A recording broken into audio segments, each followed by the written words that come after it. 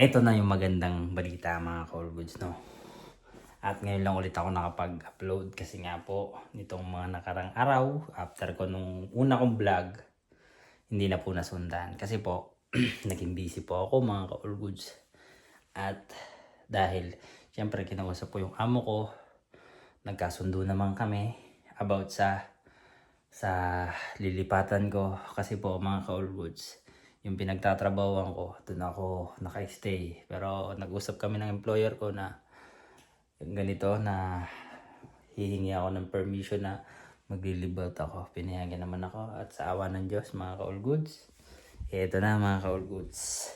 Welcome sa bago kong accommodation. Pasensyahan nyo na mga ka-all goods. Makalat pa.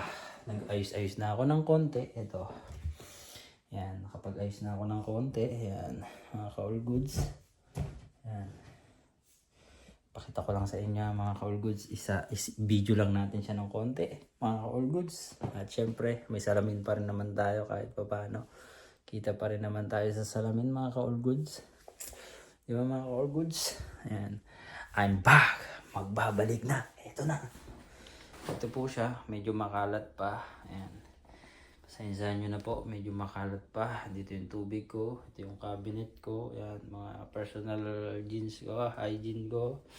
Yan, dito naman siya, mga sampahan, mga gamit. At syempre, alam nyo na mga core goods. Yan. At hindi mawawala ang, syempre, cup natin ng mga matitinding gamit. Yan. Core goods. Ito siya mga core goods. Huwag nyo naman pansinin yan mga ka-all goods kasi nung lumipat ako, andyan na yan mga ka-all goods. Yan. Yan. Ito pa, hindi pa siya totally ayos. Yan. Meron pa nga itong yung dishwashing liquid. Yan. At saka yung kanin ko, yan mga ka-all goods. Yung sabon ko, magkakahiwalay pa yan sa susunod. Magulo pa siya. Ayan. Namili na rin ako kanina. Yan. Sabon. Bukas na ako mag-aayos. Siyempre. Yan. Dahil wala na ako sa Warsaw, mga ka-all goods, kilo-kilo na muna ang binili ko, yung tigi 1 kilo. Ayan. Yan, ito, sinama ko na rin siya. Bumili na rin ako ng lagayan. Hinugasan ko kasi siya, pinatiktikan ko lang mga ka-all goods. Ayan. So, ilan tong binili ko? Isa. Dalawa. Kung nagtataka kayo mga ka-all goods, kung bakit magkaiba ng brand, kasi ito binili ko siya sa Bidronka. At ito, binili ko sa Lidl. So, ayan mga ka-all goods. Ayan. Okay, ano pa ba? Ito pa. Ayan. Tapos may bigas pa akong galing sa Asian. Ayan, sasalin ko siya. Pagsasama-samahin ko na lang. Bahala na. Ayan. Siguro pwede na to. Ayan. Para may lagayan ako ng bigas mga ka-all goods. Ayan. Ay, ayos ko na yun sa susunod. At ito, single bedroom lang siya mga ka-all goods. Siyempre. Diba mga ka-all goods? All goods na all goods. Diba mga ka-all goods? Ayan. Ito lang ang kagandahan mga ka-all goods. Pag direct na employer yung kausap mo, at least hindi ka nadadaan sa agency. Pag may question ka or may mga tanong ka, pwede kang mag-direct sa employer mo. Yun lang yung kagandahan. At syempre, ibang topic na natin yan. Pag-usapan na lang natin sa mga susunod mga content natin, mga all goods. Para may idea kayo. All goods. At eto, single bedroom lang siya, mga all goods. Yan, shoutout nga pala kay Rod na nagbigay nito sa akin. At shoutout kay Rhea na rin sa CS Natura. Ayan, shoutout sa iyo mga ka-all goods. Ayan. Ito na siya, Rod. Nagamit ko na siya kaso medyo bitin. At least may nagagamit tayo ngayon pansamantala. Ayan. Sa window ko, pakita ko sa inyo next time. Ayan, dito ko muna siya nilagay yung itlog kasi nga kaysa sa lapag ko siya ilagay. Ayan. Dito ko na muna siya nilagay mga ka-all goods. Diba? Pero sige, lipat natin doon. Ano ka na.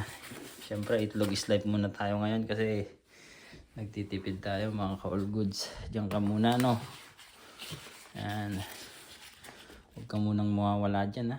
itlog-itlog muna tayo mga all goods. Yan. Yan.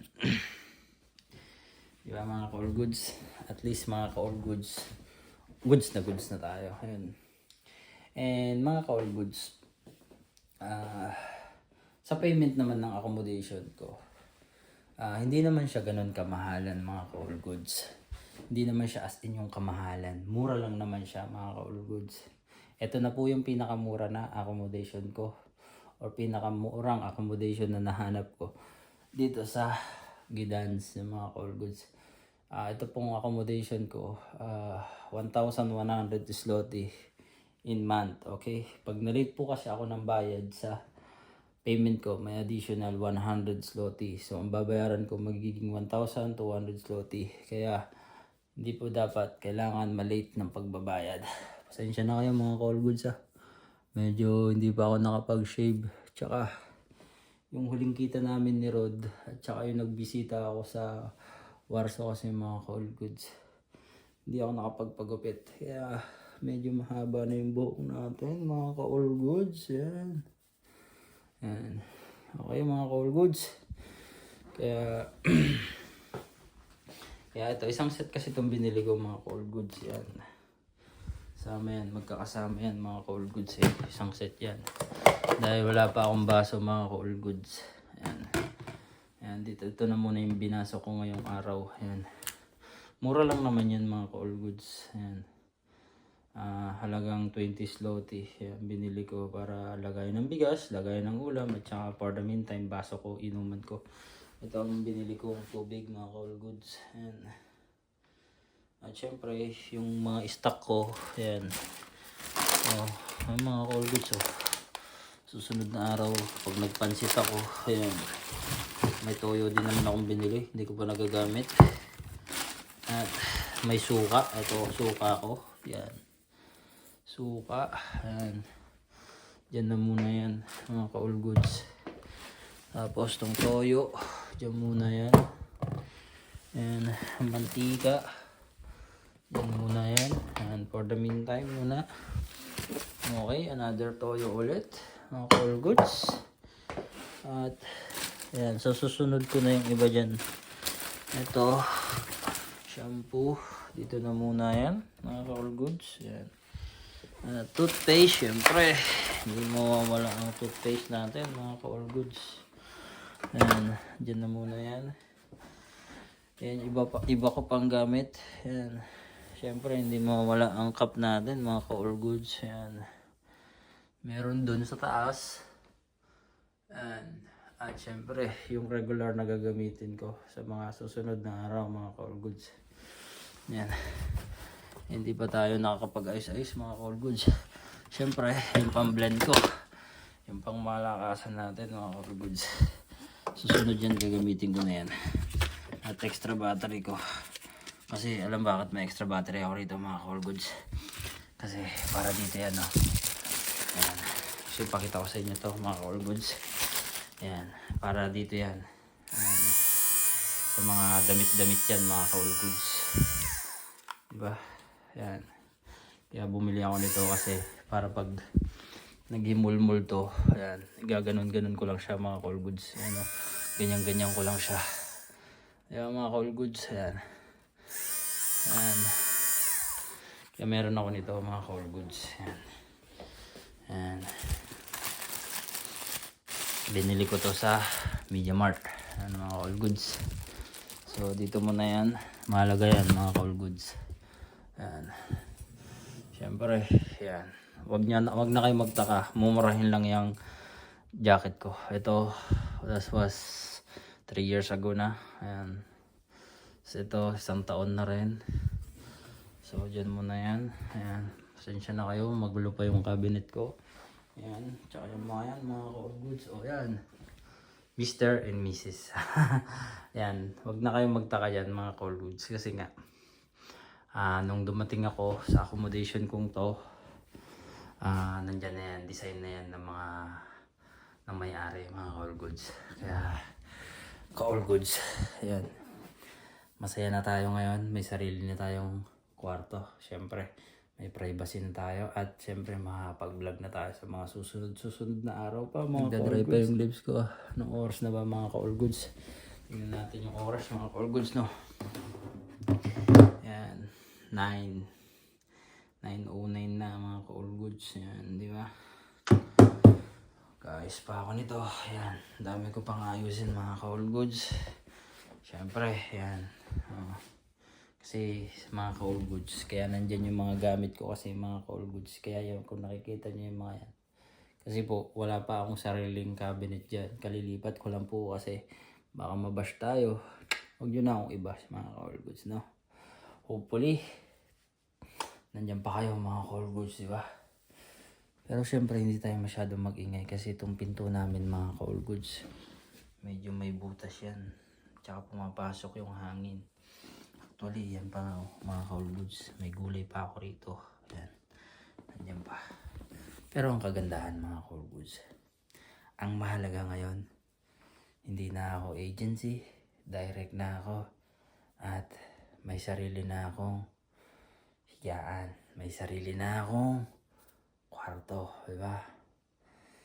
Tagal ko tong hinintay. After how many years? Eto na. Direct na tayo, hindi man masyadong kagandahan ng trabaho natin, hindi man katulad ng kilalang mga hotel. Ang mahalaga, direct po, yun po ang isipin natin lagi na may trabaho tayo, hindi man kalakihan ang hotel or ano man pinagtatrabahoan ko. Basta po, may trabaho tayo, yun ang importante. Sabi nga nila, kung ano yung trabaho mo, maging proud tayo.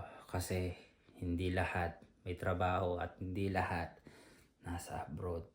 Kaya kung ano man yung trabaho mo ngayon, maging proud ka. Huwag mong isipin kung anong sasabihin ng ibang tao. Basta focus ka lang at always maging humble mga ka-all goods. Ingat mga ka-all goods. Kita-kits sa mga susunod na vlog natin. Pasensya na kayo sa mga background ko. At lalong-lalo na sa itlog na nasa likod. Mga ka-all goods, kita-kits!